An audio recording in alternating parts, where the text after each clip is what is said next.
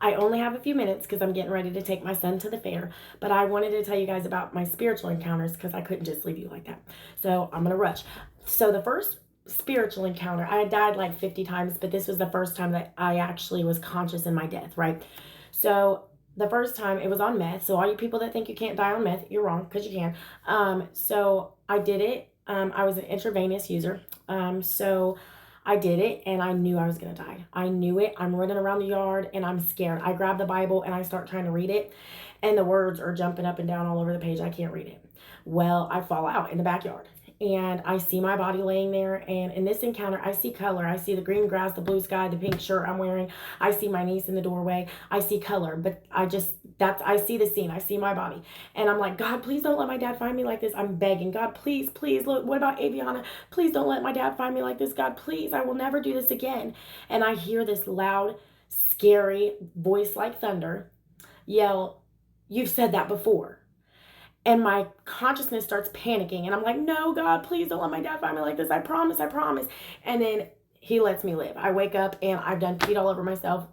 And I had to go twack it out for days. But anyways, the other spiritual encounter I had, I kept using heroin, but I stopped using meth. And that was my justification. So I promised I wouldn't do this anymore. And I stopped doing meth. So that was my justification. I just kept doing heroin, right? So the second encounter, I knew that it was too much. I knew that it was way too much. So I'm like, it's okay. I'll just do a little bit, right? I accidentally dumped too much in there and I'm like, okay, I just won't do the whole thing.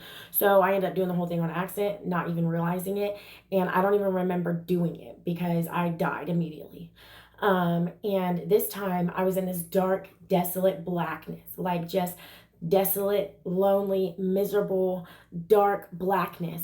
And you can hear these little voices laughing at you, but you can't see anything or hear, like you can hear things, but you can't see anything. And I see my body in the blackness. I see my body. I'm sitting there cross-legged, my dog's in my lap, and I'm falling out. And this time I'm thinking like there's no reason to cry out to God because I already broke my promise. So I just screamed no. And I shot back into my body and I sat up and I'm thinking, that did not just happen. And when I said that, I couldn't hear myself. All I could hear was the ringing in my ears. I peed all over my dog. I pooped on myself. My dog was in my lap, the exact position that I saw myself in, needle still in my arm and all. And I'm deaf. And that deafness lasted about 2 hours. I thought it was never going to end, but that was hell. And I think that God showed me that encounter to save my life, because the very next day I gave away all my drugs and I went to rehab, and my life has been changed ever since. And I know that God can do the same for you, and you don't have